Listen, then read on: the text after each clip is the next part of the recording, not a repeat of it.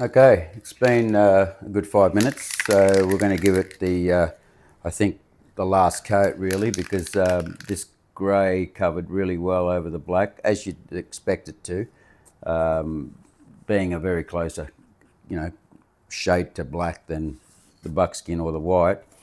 But let's give it one more coat and see how we go.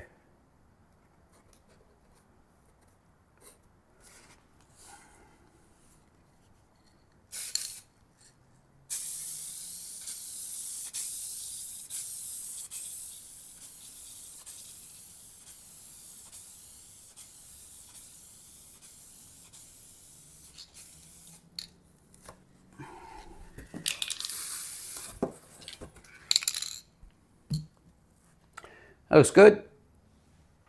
That looks really good. That looks fully covered, 100%. Another thing I forgot to mention about these vinyl paints is that they are highly flexible. So once they're on your seat or on your vinyl, they won't crack or split. As long as you're prepared properly and everything else is done correctly, you should have no trouble with it at all.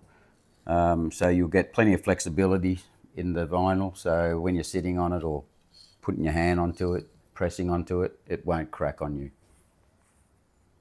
All right, now we come to the satin black.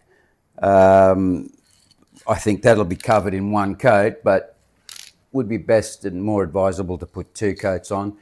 The first coat, as usual, is your tack coat. Second coat is your coat that'll attach itself to the first coat.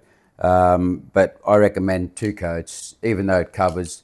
I recommend two coats just to give it that extra durability and strength. So here we go. Give it a good shake.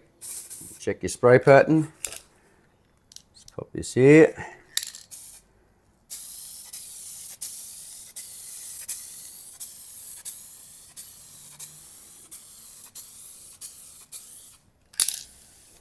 Okay, that looks that's covered pretty well.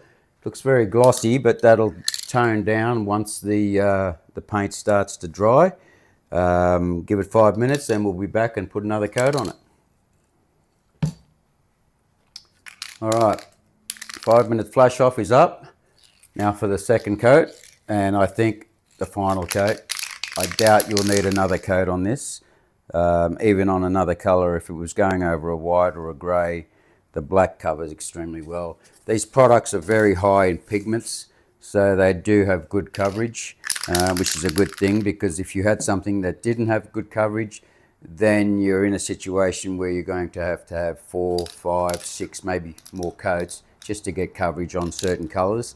And that's a danger with paint. You don't want to add too many coats. You add more than 4 or 5 coats and you run the risk of the solvents attacking the paint that's underneath and causing pinching or causing crow's feet. They're just things that are in the trade. They call these things, that's cracking in the paint. Pinching is when the paint comes together and looks like someone's just grabbed it and pinched it. Those are the things that occur when you have too much of a build-up of paint. So it's always best to go lighter than heavier.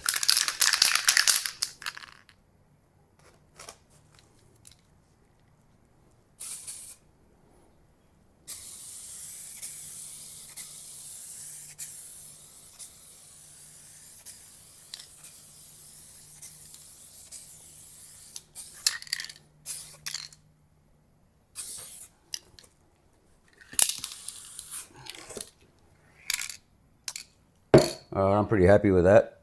That looks fantastic. I'll come back and show you the end results in a minute. All right, there you have it. The 4 different colors in the Motor Spray vinyl paint range. You've got the white, the buckskin, the light grey, and the black. These are all satin colors, so there's not too much gloss in them. They do have a nice gloss finish, satin gloss finish, I should say.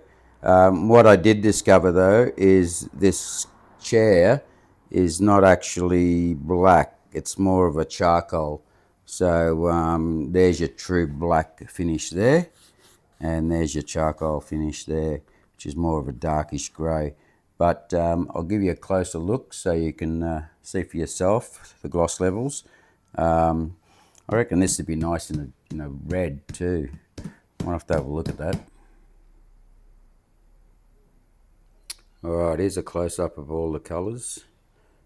As you can see there, that's totally covered.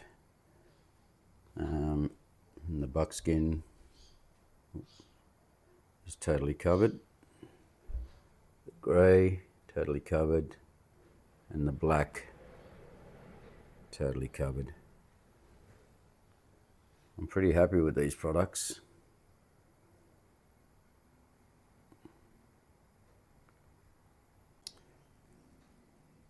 Okay, well that's a quick rundown on how to use the motor spray vinyl paint from step by step, start to finish. Now guys, please help me out here. If you've found this video helpful, please like, subscribe and share, and hit that notification button so the next time I put another video up on how to with the aerosol paints, you'll be notified. And if you have any comments or questions, please put the questions in your comments and I'll do my best to get back to you and just try and either add it to the next video or just reply to your comment. But thanks very much and see you again. Good stuff.